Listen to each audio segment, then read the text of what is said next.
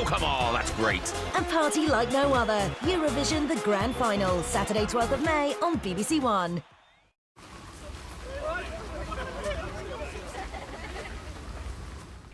Sunday Politics in an hour on BBC One. First, we'll join the debate with Nicky Campbell. Good morning, I'm Nicky Campbell. Welcome to The Big Questions. Today we're live from Oasis Academy, Media City in the UK, and we're talking about knife crime and we're talking about drugs in sport.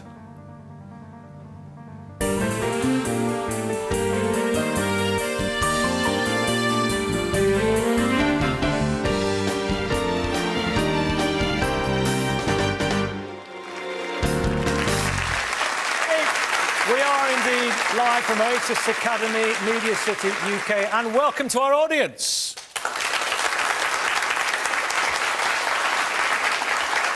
From now on, the 23rd of April will be a day of commemoration for Stephen Lawrence, who was attacked, stabbed and left to die 25 years ago in Eltham, South London. On April the 16th this year, it was a turn of another 18-year-old student, Sammy Sidholm, to be stabbed in the back and left for dead as he returned home from a football game in Forest Gate, East London. Now, if Sammy's killers are ever caught, they could face a life sentence in prison, although only 2 out of a gang of 6 were ever found guilty of Stephen Lawrence's murder.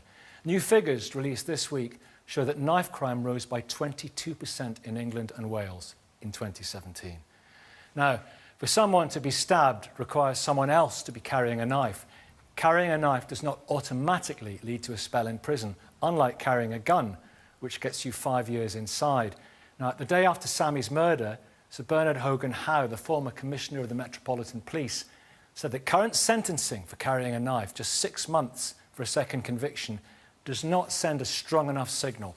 And the Home Secretary's new offensive weapons bill, due to be published imminently, does promise more controls on the possession of certain types of knives.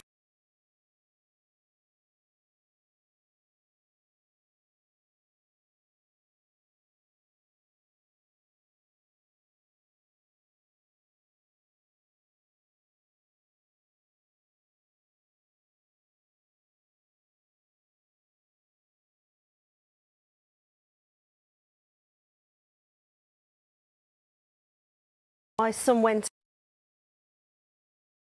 I'm sorry about that. We were just watching Nicky Campbell and suddenly it all froze.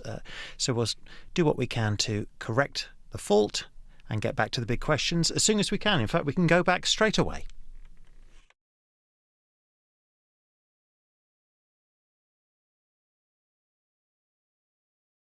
Ended, and the young man found it incredibly hard to deal with that. Let me stop you right there. Yeah. I'm so sorry to be rude. It's all right, no. We have, due to a technical glitch, been off the air for a couple of minutes. Okay. And they're going to tell me, well, are we back on the air now? We are. Welcome back, everybody. We were off the air for a couple of minutes.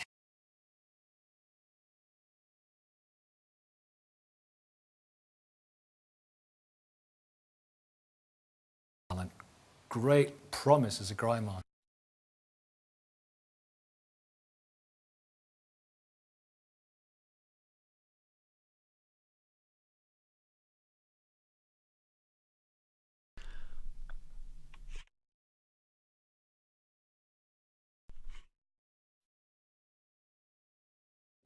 Joshua carried on with the evening and the boy had gone home in anger.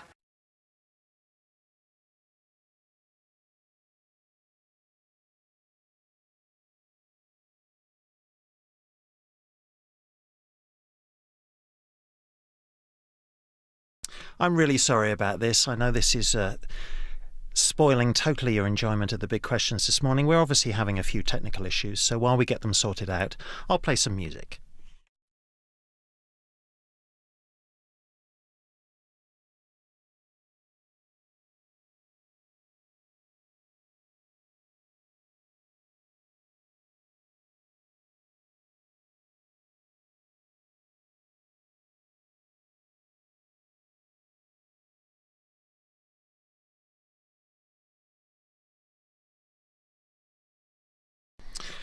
You're watching BBC One, and as you can see at the moment, unfortunately, we should be showing you the big questions with Nicky Campbell. We've had a couple of technical issues that we're currently trying to resolve, and hopefully we'll be back with the programme as soon as we can.